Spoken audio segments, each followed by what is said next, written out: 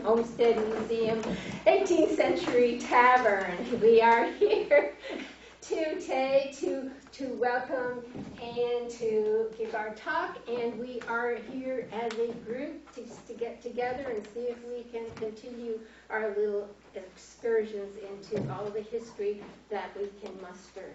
So, again, I just want to mention that, and I'm sure I've mentioned it before. Oh, my name's Phyllis. I have the honor this year of being the president of the board of directors. So I do stick my nose into things now and again. I try to keep it out as much as possible, but sometimes I have to stick it in. And so this is one of the times, I guess, I just have to remind everybody, as you're out in the community, spread the word that we are here, that we do good tours, that we take people around to give them a history of not only Ethan Allen, but Vermont and how Ethan Allen fits into Vermont. We are manned by volunteers, and just as a reminder, if anybody has any time right now, we don't have a lot of people to man our gift shop and to, take that money in, which we unfortunately need to keep our lights on and all that good stuff. Again, thank you for coming. I do want to turn this over now to John Devono, who is our volunteer coordinator for these lectures, and give him a hand because he does a great job. Welcome everybody. This is our monthly third Sunday of the month talk, and you all realize that we're not at the third Sunday of the month yet, right? So due to Ann's schedule, we decided it was so important that we changed our format to go to the second Sunday of the month this month. So Ann has an impressive bio, and I'm just going to give you a few highlights. She graduated from Brown University, where she studied creative writing. She did graduate work at the Fletcher School of Law and Diplomacy, and later at the Boston University School of Management. She worked at Boston University on the team that developed Boston's Huntington Theater, and ultimately she married its artistic director, Peter Altman, and Peter is not with us today. No, but his sister is. His sister, but Peter is still in the picture. In 1988, she moved to Harvard's Weatherhead Center for International Affairs, where she was executive director for a decade. In the evening, she took creative writing classes at the Harvard Extension School.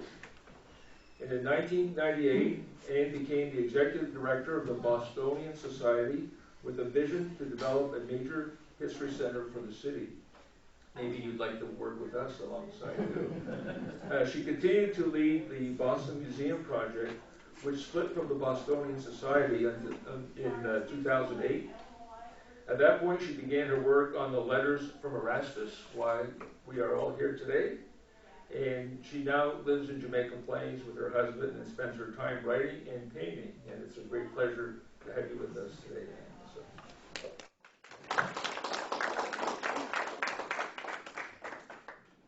Thank you, John. Thank you, Phyllis. Let me find a place to put this. It's really delightful to be here. It's a wonderful crowd for an author. Sometimes you talk to one or two people at a time, so this is terrific. Let me sort of open up and find my place here. Leslie and I were sitting around this morning, and Tom Achenbach, and discovered that Erastus Hopkins actually has a relationship to Ethan Allen, which is kind of curious and kind of convoluted, but he married Judge Allen's daughter in Northampton, and there is a cousin relationship there. This is, I know I'm talking to a real historian group here, and this is really an author's talk, and I'm not an historian, I'm more of a writer, but I've had a wonderful time with this history. I've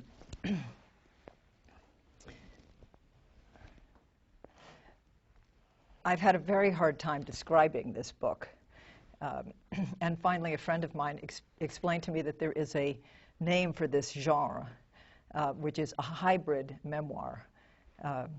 And that means it's in my voice, but it also explores other voices.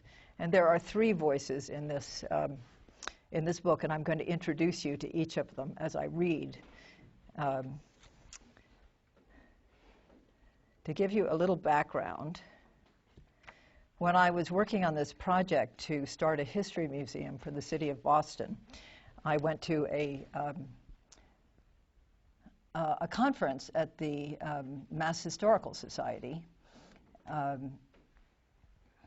was a conference on Black history, and during the lunch hour, I decided to look into some family papers that I knew that my uncle had deposited some years before in the Mass Historical Society. And I'd always sort of had the intention to do this, as some of us do when we have papers languishing in various places. And so I went and found the finding aid and delved into this. And I was just blown away by what I found.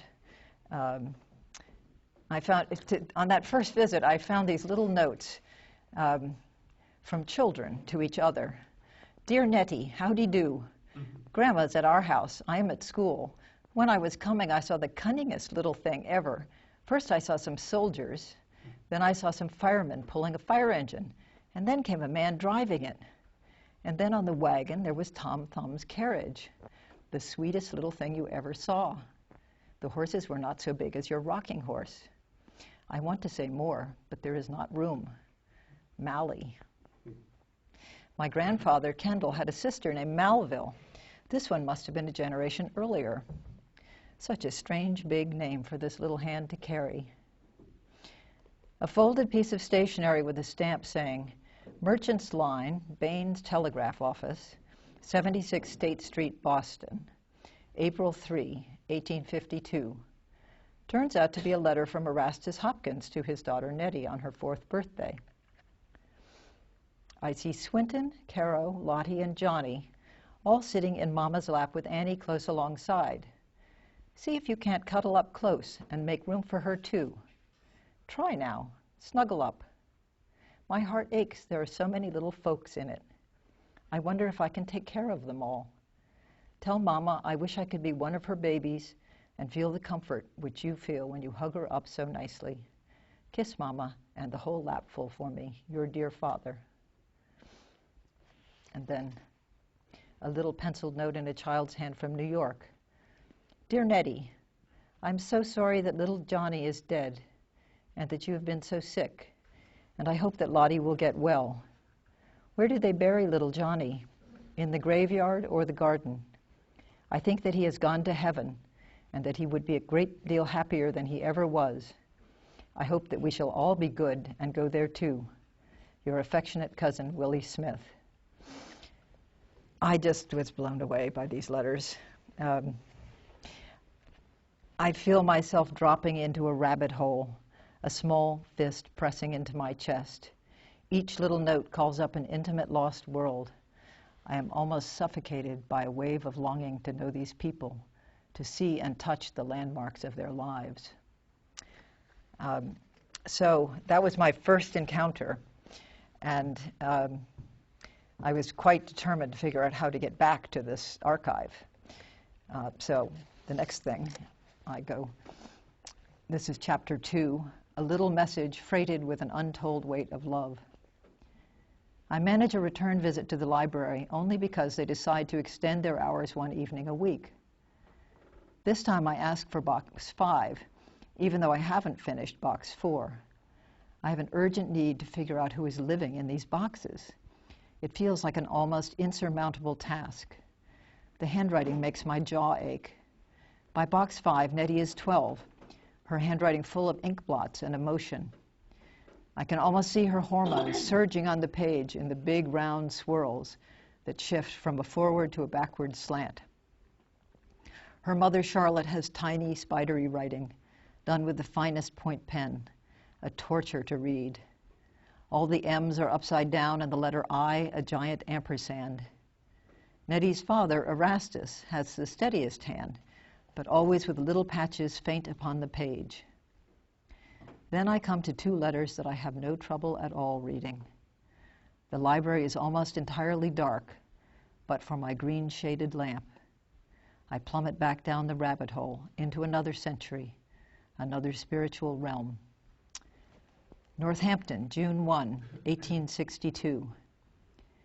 My dear Caro, I bear you on my heart daily. We love to hear from you and of your studious habits and program. This information, however, comes almost entirely from yourself, yet we trust the verity of your reports. And now I send this little winged message, which, though small, goes freighted with an untold weight of love. Be good, my darling, and deserve it all and vastly more. Somehow I am and have always been in the habit of expecting great things of you, not by dashes, but by passioning and all-conquering fidelity. It is June. The face of nature is in its loveliness. No wonder that I love you, for this is your natal month, the most fitting month of the 12 for lovely and beautiful ladies to be born in and catch the temper of the skies. Roses were round your cradle. They adorned your pale mother's hair as she lay upon her bed with her sweet, insubstantial bud nestling in her life-giving bosom.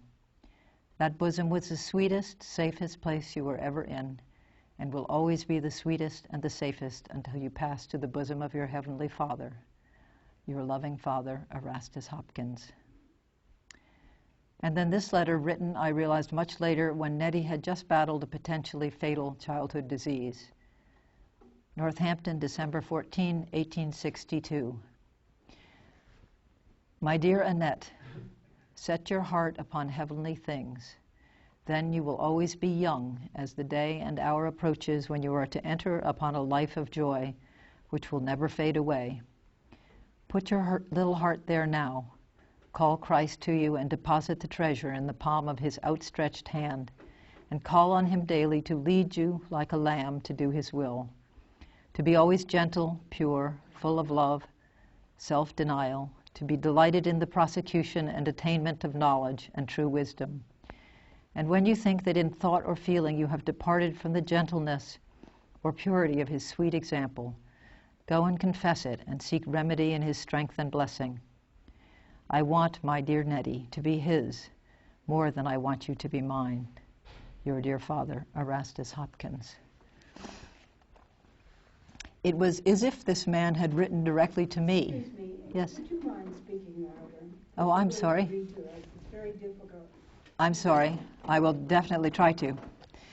It was as if this man had written directly to me, bypassing all these intervening generations. Put your little heart there now. Call Christ to you and deposit the treasure in his outstretched hand, and call on him daily to lead you like a lamb to do his will.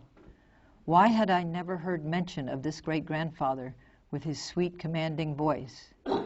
How had all this emotional eloquence dissipated through the generations? Who was Erastus, this man so full of love and beautiful prose? I pick up a stubby number 2 pencil and copy these 2 letters word for word. It would be years before I would have time to delve deeply into this voluminous material. But for now, I will hold these letters close. They are addressed to me just as surely as they are addressed to Nettie and Caroline. Each time I read them, I feel a current of love surge through me. There was very little more about Erastus in the Mass Historical Society library. I found a biographical snippet that told me he was a preacher, born in 1810 in Hadley, Massachusetts, and a daguerreotype described in the catalog as the founders of the Free Soil Party, 1852. When the librarian brought it to me, I looked at the 5 men and wanted him to be the one in the middle, almost the way you would if you were adopting a child and you weren't sure which one was yours. I got my wish. He is strikingly handsome, with his face turned in partial profile to the camera. His eyebrows slant down at the corners, and his light hair and beard suggest that his eyes were blue. You had to sit stock still for a daguerreotype, so everyone looks like they're striking a pose. But his is the magnetic face in the group, and his central position suggests that he was their leader. He would have been 42. When I first saw the picture, I was flooded with relief. It matched the majestic voice. My love was, so far, untarnished. And I will show you this picture. and in fact we can pass it around. He is indeed the one in the middle. I think this is a good moment to stop for a moment and just talk a little bit about who Erastus Hopkins turned out to be, because it was quite a long search that I began in 2008. I found these letters in 2001, but I was working very hard on this museum project, and this required really devoting a lot of time. So when I retired in 2008, I set out on a quest, and this book is more or less the story of my journey. And I found that he... I'm just going to move your mic down. Your necklace is hitting it. Oh, okay. We could take off the necklace. It should be fine as long as it's below it. Okay, there we go.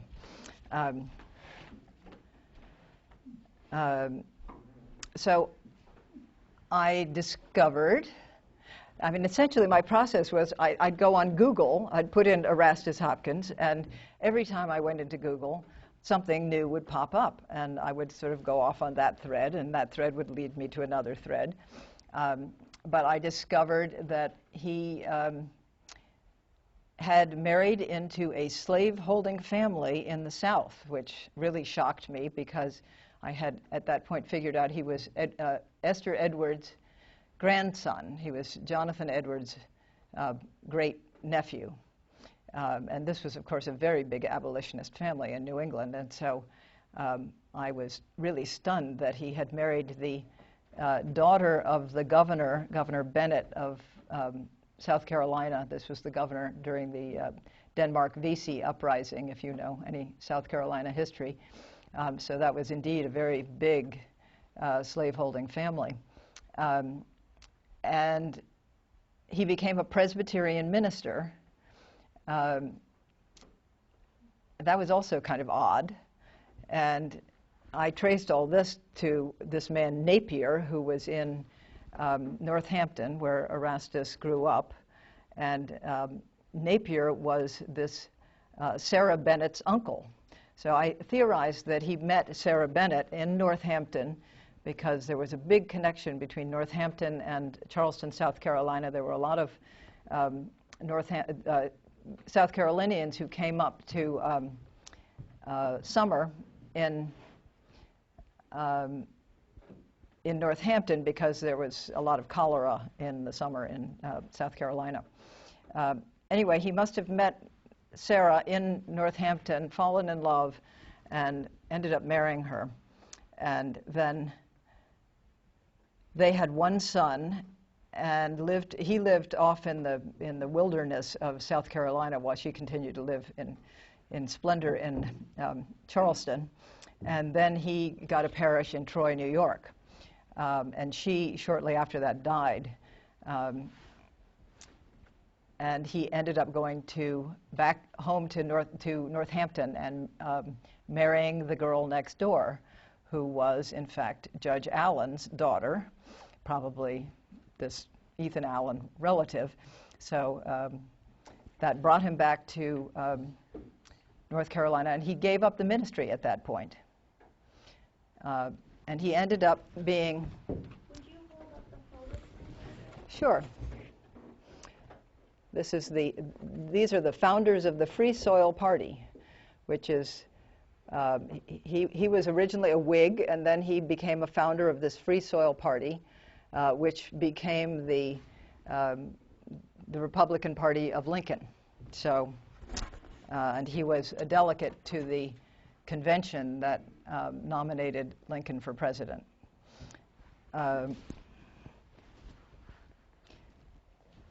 At the same time I was doing this research, it turned out that there was a professor at the University of Massachusetts who I didn't meet till years later, who was also doing research on Erastus Hopkins. And he was doing research on the public man, and I was doing research on the private man.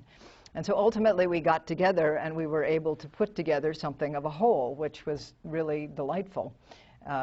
And Bruce Lurie is convinced that Erastus Hopkins is one of the true unsung heroes of Massachusetts politics and would have been governor, except that he had hypertension. And by the time he was 45, he was really sidelined fairly frequently by a series of small strokes. So that was very, very sad.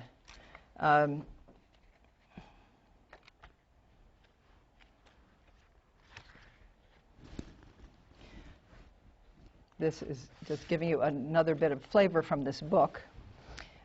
This is the next voice, which is my voice. A Companion in Our Circle, Chapter 7. In a seeming blink of an eye, Jody, my oldest daughter, has fallen in love, married, and most miraculously given birth to an astonishingly beautiful son. As if to follow in a family tradition, both of my cousin Ruthie's daughters, Grace and Allie, have also just been delivered of healthy babies. They will be a triumvirate at the communion rail in the chapel in no time. This book begins with an introduction to our family chapel in Maine. So I didn't start the reading at that point, but that's what I'm referring to here. I'm invited to be present in the delivery room and almost hold my breath for her 7 hours of labor for fear of disturbing her fierce concentration or my unimaginable good fortune. Later, I drive to Brooklyn in the early dawn to the tiny fourth-floor walk-up in which my grandson will begin his life and start to bake and clean in a celebratory frenzy.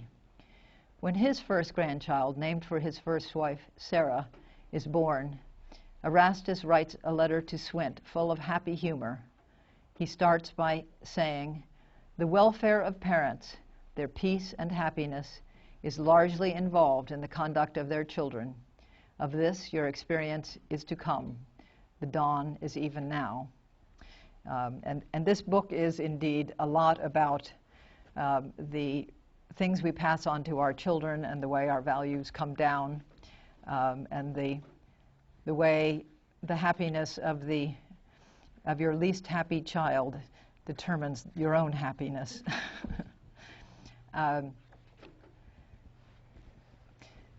And now here's the third voice, which is about my cousin, who is known in this book as Link.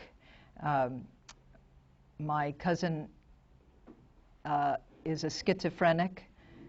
He is in prison with a charge of manslaughter because he killed someone in a fight. So this is chapter 8. Freedom must and will prevail while slavery will wear away. I receive an email from my cousin Grace, Link's sister, my goddaughter. Of all the members of my family, she is the one whose eyes look out at me when I see pictures of Erastus, whose bright heart shines from Nettie's letters. She's a student at Andover Newton Theological School, where Erastus went in 1832. Did he beckon her down that path? Her email to our extended family asks us to send letters to Link. He has been in isolation in prison for 5 years and is acutely lonely. Would we write? He is at last on medication that controls his schizophrenia sufficiently to make it possible to communicate with him. His time in prison has been punctuated with explosions of violence when his medications are not adjusted properly or he decides not to take them. I feel that cool lurch of the heart, that feeling you get when you know what's right, but you can't for the life of you imagine actually doing it. My mind shuts like a seized engine when I try to think of a first sentence. It's been years since I wrote a real letter. I walk around for days trying to push this request out of my mind, but it keeps slipping back, until finally the man who wrote letters every day comes to my mind. Maybe Erastus did the work 150 years ago, and all I have to do is a little weaving. So I write to Link and tell him about his great-great-great-grandfather, about my trail of discovery and how I feel like he was writing to me. Who knows, maybe Link will find some comfort in this voice and in thinking of the embracive generations that stand behind him. I suggest that if Erastus were alive, he would be writing beautiful letters to Link and giving him every encouragement. Mine are paltry efforts in comparison, but I send them with the same spirit. I copy a couple of Erastus's letters into my own for Link, hoping that maybe he'll want to know more. The irony of the fact that we're both hearing voices is not lost on me.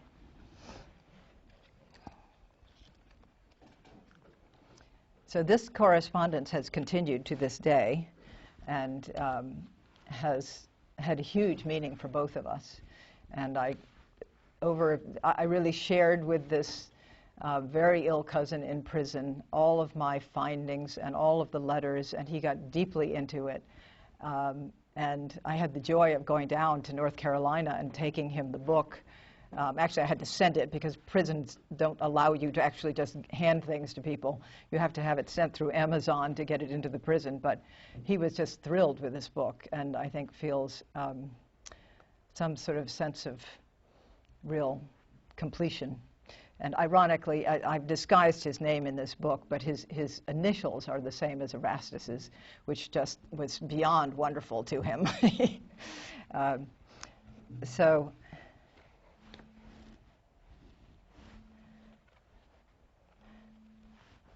my sister-in-law likes this section, so I'm going to read a little of this.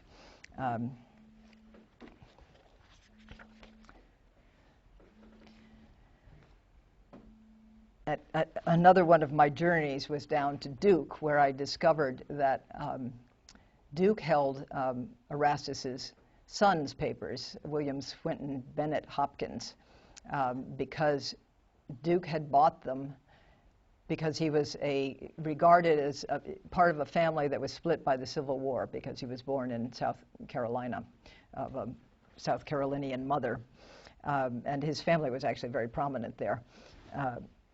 But I was kind of puzzled when I first came across these letters of what they were doing at Duke and how they got there. I have solved the mystery of who sold the William Swinton Bennett Hopkins papers to Duke. I knew that Duke had bought them in 1983 from Seaport Autographs in Mystic, Connecticut. When Googled, Seaport Autographs pops right up at the top of the page. I send along an email inquiry. It doesn't take long for a reply to bounce back into my mailbox from Norman Boaz, who says, yes, he remembers the letters he sold to Duke very well. They were among a much larger collection of more than 500 letters he had bought at a local auction. A sack of yellowed handwritten letters, long unread, auctioned off as a mystery bag. He and his wife Doris spent 2 years reading and cataloging them. They were from the estate of William Appleton Aiken, and those that were of interest to him related to President Franklin Pierce and his wife Jane, whose sisters with I won't go into all of that. That genealogy wears you out. I can hear a little change in his voice when Norman Boaz learns that my interest is Erastus Hopkins. I actually have an oil painting of him. I bought it at the same sale, quite damaged, and I've never gotten around to doing anything with it, but it's quite good. If you want it, you can have it for what I paid, $150. My heart lurches at this speech. Boaz goes and gets the portrait and describes the damage to me in detail on the phone. It's signed James Harvey Young on the back. I know just what this portrait is. In my newspaper research, I have found a small article that says that the Connecticut River Railroad had commissioned the portraits of their 4 presidents in 1866, Erastus included. The artist was James Harvey Young, whose work is in many museums in the country, including 11 paintings in the Peabody Essex Museum in Salem, Young's hometown.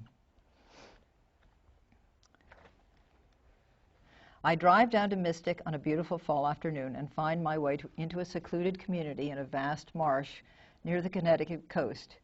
Norman Boaz is a retired medical doctor with a passion for collecting and a special love for President Lincoln. He is the grandson of Franz Boas, the great anthropologist, whom I know as the creator of the remarkable museum collection and display on the ground floor of the New York Museum of Natural History. We sit with the October sunlight streaming in over the tea his wife Doris has prepared. We admire Erastus. His portrait leans on a chair between us like a member of the Tea Party. It has a large, intimidating U-shaped tear running on either side of the head and through the beard. It is grimy and dark, having probably been in the company of smokers for many years, but it is a very good portrait. Erastus looks out gravely, a much older man than the photograph of him I had found at the Mass Historical Society, but still handsome, with blue eyes and gray flecking his blonde beard and full head of hair. The background suggests a blue and white striped wallpaper that has all been obscured by grime, but will give interest when the portrait is cleaned. Boaz slides Erastus between two pieces of cardboard he has taped together in advance for protection and hands the 2-foot square portrait, which has languished in his basement for so long, back into family hands.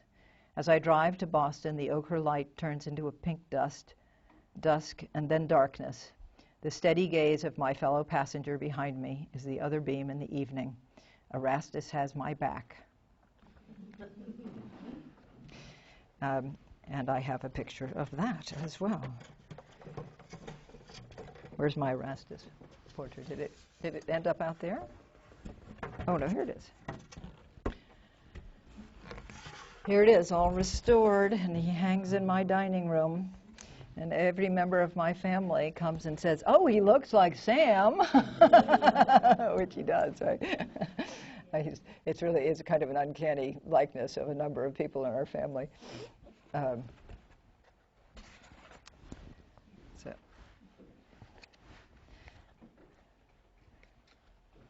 Now, there were rumors going around all this time that Erastus was what happened was he gave up the ministry in 1841 and came back to Northampton, married Charlotte Frelinghuysen Allen, and then he became a state legislator and the president of the Connecticut River Railroad, which was just beginning at that point. In fact, there was a great competition between Northampton and Amherst as to whether the railroad would go through one or the other of them. And Amherst won, thanks to Erastus. And what I discovered over the years, and it took a little discovering, was that he used the railroad as a method to get fugitive slaves up to Canada. His sister, Sarah, married John Wheeler, who was the president of the University of Vermont. And ultimately, I found a letter, and this was really quite late in my research, and it came to me from somebody over in Sable, New York, who was doing research for an Underground Railroad exhibit. And somebody connected him with me because they knew I was doing this research. And this is the letter. Northampton, July 11th, 1859. John B. Wheeler, Esquire. This is the nephew of the college president. Believe the heavens and do that which is right. My dear nephew, for the first time I act as president of the Underground Railroad, having abjured all connection with those that use above ground. I have given Bill a note to you which he will present in person. He is directed to a Mr. William French in your town. His story is true beyond a question. He wants to go to Chatham in Canada West near Detroit. Had probably go by Ogdensburg, and thence by steamer to Lewiston, thence by railroad. Rouse's Point is a place where he may be watched. He is the son of his master. His sister was his master's daughter, became enceinte by her father and master, and was sold to a sporting man in Tennessee. I know well enough of him to make an Uncle Tom's Cabin. Advise him well, and may God prosper him. Your affectionate uncle, Erastus. So that was kind of one of the truly great moments in this whole thing, when I really had the evidence that he was an agent on the Underground Railroad, and probably worked to get many people across the border. Of course, it was illegal to do this, so people who were in this business were pretty unknown. And Bruce Lurie, the UMass professor who's been so dedicated to uncovering this story, is convinced that this was going on a long time.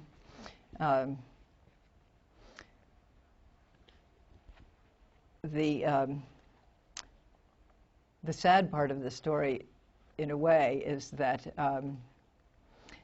I drove up and down King Street, which is where his house had once been, and it has sort of become a strip mall area of Northampton, and there's a Catholic church there and a rectory, and I kept looking at this rectory and saying, well, that's just where Erastus's house would have been.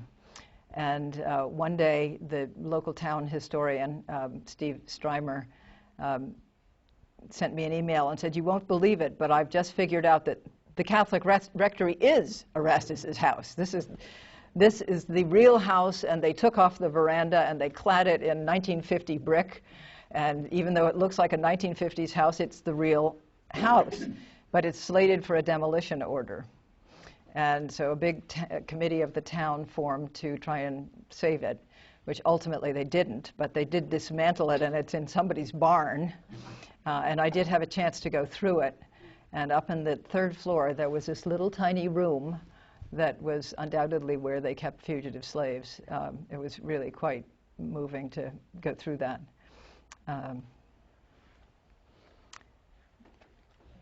So I can read some more, or we can open it to questions as people wish.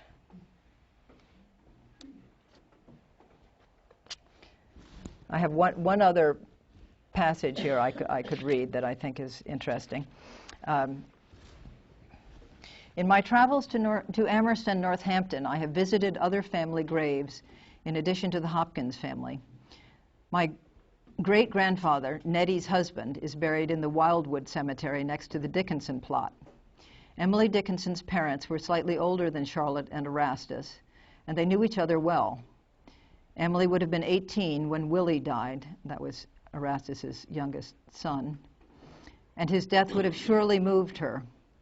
I am told by historian Bruce Laurie that Erastus loathed Edward Dickinson for his undying loyalty to the Whig Party, which Erastus left in 1848 because of its refusal to oppose the expansion of slavery, and that they were competitors in the development of the railroad. "I like to see it lap the miles and lick the valleys up," wrote Emily of the locomotive. Edward strangely encouraged his wife and daughter to visit the state lunatic asylum in Worcester, which I can only imagine was because he was engaged with Erastus in the campaign to develop the Northampton Asylum. Edward's political career ended abruptly in the splintering of the Whig and Free Soil parties and the rise of the Know Nothing Party. As a little kind of aside, I find it just astonishing that Erastus Hopkins was the state legislator who got the money to build what was then known as the Northampton Lunatic Asylum in Northampton, I think actually in competition with Edward Dickinson, who undoubtedly wanted it in Amherst.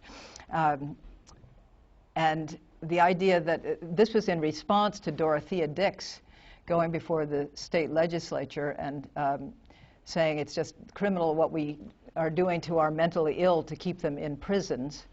And so it was in response to that that this movement to build mental hospitals began.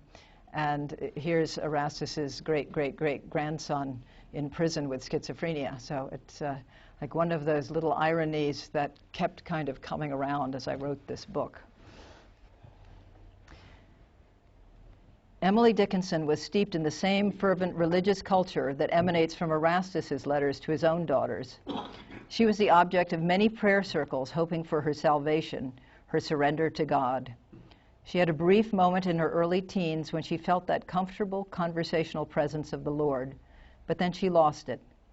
Later she said, "Those few moments I would not now exchange for 1,000 worlds like this. It was then my greatest pleasure to commune alone with the great God and to feel that he would listen to my prayers." Great artists are not usually cut from comfortable religious cloth.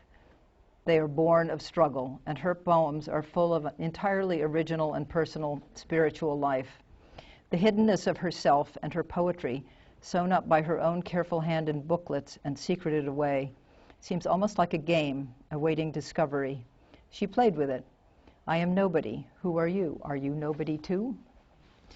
In the attic of Grandfather Kendall's house in Maine, there's an old leather album that my brother and I would reverently dig out every summer. Tucked inside are 3 little letters from Emily Dickinson. The words shimmered off the paper as we read them aloud. "Dear Kendall, Christmas in Bethlehem means most of all this year. Our Santa Claus still asks the way to Gilbert's little friends. Is heaven an unfamiliar road? Come sometime with your sled and tell Gilbert's. Aunt Emily, Christmas 1883. The next one reads, Missing my own boy, I knock at other trundle beds and trust the curls are in. Little Gilbert's Aunt, Christmas 1884. And finally, dear Kendall, I send you a blossom with my love.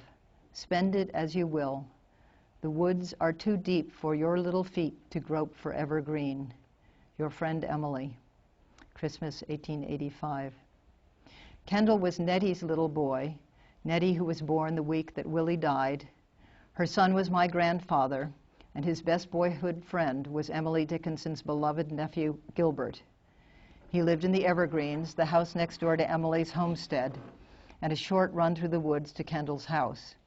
In 1883, the two 8-year-old boys were playing in a mud puddle together, and both contracted typhoid fever. Gilbert died, Kendall lived. Gilbert's room in the Evergreens remains just as it was that year, with a little blue velvet suit laid out on the bed. Emily was distraught at her beloved nephew's death, and each year at Christmas gave Kendall a gift with these notes.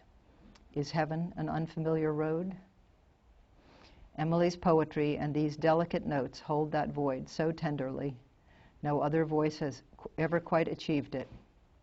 In it, I hear an echo of Erastus's lamentations for his lost children. I think there is a glimmering thread of heaven between these two. It catches me.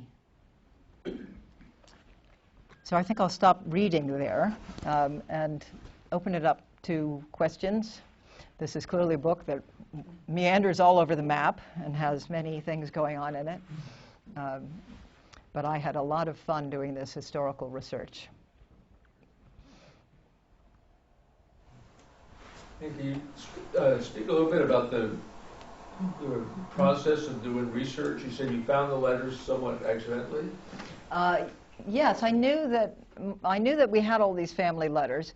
I actually thought what I was going to be finding was what Peter Drummey, the archivist for the Mass Historical Society, described to me as the largest extant correspondence between a mother and her daughter from 1850 to 1890 existing in the United States. And so I started to read that correspondence, and I was incredibly bored, to be perfectly honest. It was, what mothers and daughters talk about when they write to each other twice a day. And but then I stumbled across this other voice, this voice of Erastus, that really leapt off the page to me.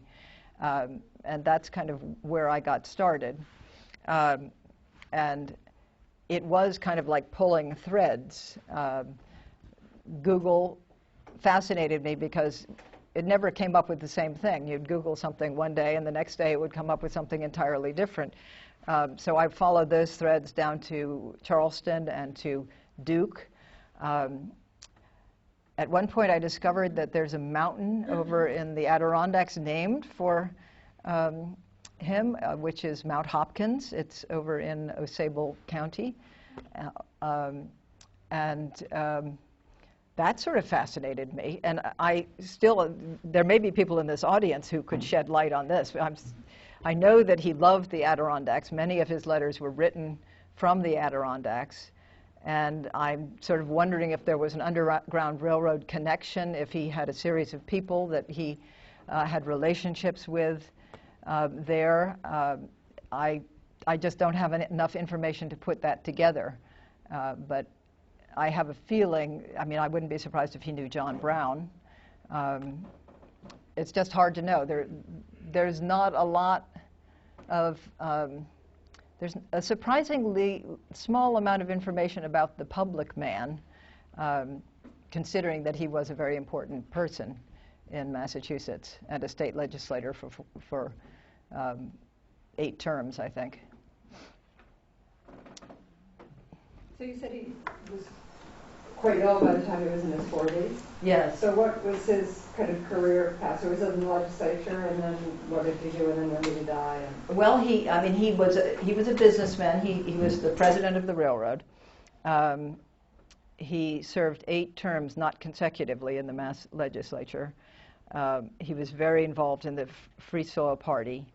At one point, I got through Widener Library access to all of the newspaper records, and there were 444 articles that mentioned him, and it's kind of like a bell curve of his life, and in the 1850s particularly, he is quoted over and over again in the newspaper on anti-slavery platforms where he's with Charles Sumner and others making very passionate speeches against the expansion of slavery into Texas and the West. And then during the Civil War, where was it? During the Civil War, he began to get sicker, I think. He had one, he was in 1862, no, when was Lincoln nominated? 60. Well, so in 18... That was the election he won. Yeah, he was in the convention that nominated Lincoln. I think that was getting towards the end of his public career. He died in 1872. I think he may have had one more time in the legislature in the 1860s. But he wasn't off somewhere in the Civil War. No, his son was in the Civil War, and there's some letters in here relating to the son's service in Louisiana. But no, Bruce Laurie refers to several times when he was slated to make a speech, but then he was too ill to deliver it. So I think that has a lot to do with why he kind of did not become as powerful as he might have. Is there any other Vermont connection to this whole story besides the Wheeler one? Well, the Wheeler one probably has a lot of little sub-themes that may exist, but the Underground Railroad through Vermont, there probably are lots, but I don't know what they are. That's I was thrilled to find the one letter that gave evidence of it, but I don't know whether that was like one of 10 occasions or the only one, or it's actually I'd love to spend a little more time in the archives of the University of Vermont and pursue that, but at a certain point in one's research one has to wrap it up, and I did then. So yes, John? Anne, you were conjecturing about Ethan's relationship to the Allens of Northampton. Yes. And we have here from the Randall biography of Ethan Allen a quote saying that Ethan, after he'd been read out of Salisbury by Preacher Lee, and his family were welcomed in Northampton in the comfortable home of his wealthiest relatives, Thomas and Betty Allen. One of the three immigrant Allen brothers had helped you found Northampton a century earlier, and now the Allens were among its most substantial landowners. Yes. So that is the Defining person? right. That would be the grandfather of Charlotte Frelinghuysen Allen, who Erastus married. Seems like everybody was related to everybody in those days. You seem deeply touched by Erastus's emotion and warmth in his letters, and you're a patrician man, a very accomplished man, and an industrialist as well. Is that what surprised you or touched you, that this man had this other side to his character? I was really astonished to read letters like this from a man, to be honest. I mean, this is not a way that any of us write to our children anymore. These are very, very emotional. I think today we'd almost think these letters were beyond the pale, that they were almost too intimate. A lot of this book talks about, how are we intimate with our children, and what do we pass on to our children, and how do we communicate with them, and how did, by 1900 it seemed like, men were kind of fierce, children were to be seen and not heard. I mean, there were all of these kind of strictures that don't seem to be part of parenting at all in this family. And I don't know how unusual this family is. I think perhaps it is somewhat unusual in the way he raised his children. But it's clear that he had a very clear idea of how to raise children, and that there were certain things you did. He starts the first letter to Nettie is when she's 4 years old, and it's a little mini sermon that he writes about finding a little girl who's lost her pennies, and I gave her some pennies. Would you have done that, Nettie? And every letter is full of this very gentle advice, and yet so full of love. Those letters you wrote when they were at school, wasn't that they went to school somewhere? Yes, they went to Lawrence Academy first, and then to the Ipswich Seminary for Young Ladies. I think that Erastus's sister-in-law had married the head of Lawrence Academy, but that was a co-ed school, and that seems to have turned out to be a little bit too much temptation for Nettie, who was really a live wire. So they put her in a female seminary. So you found that trait to continue in your family? Well, yes, there is. It's an interesting. It didn't continue entirely. In fact, I talk a lot about my father and the way my father, who was a scientist, was rather distant. There were many parallels in my life. My father lost his wife, as Erastus had lost his. Found himself a widow, remarried, had more children, and so I sort of compare these parallels, and they're different, and I wondered what had happened. But there's also a lot about our family.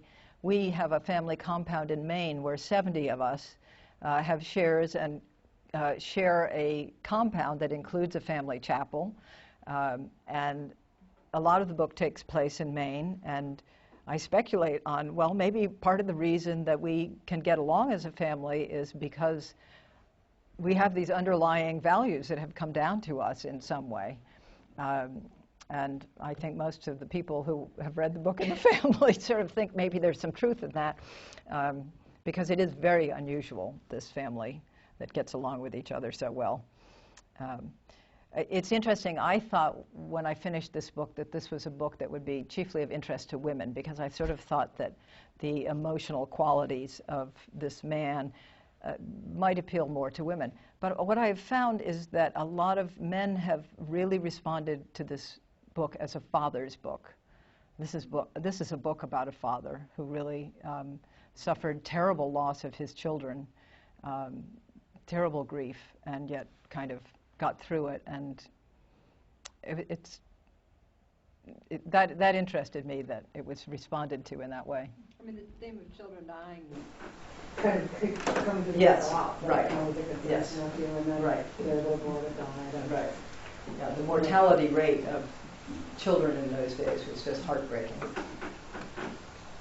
So are the younger members of this extended family of yours really getting engaged with this story and excited by your findings? Well, they're kind of beginning to, but it's a little touchy, partly because it has this story of my nephew who's in prison, and that this book is, kind of becoming a tool for the family to talk about that very painful piece of very current family history. And so it's not an unadulterated joy, shall we say.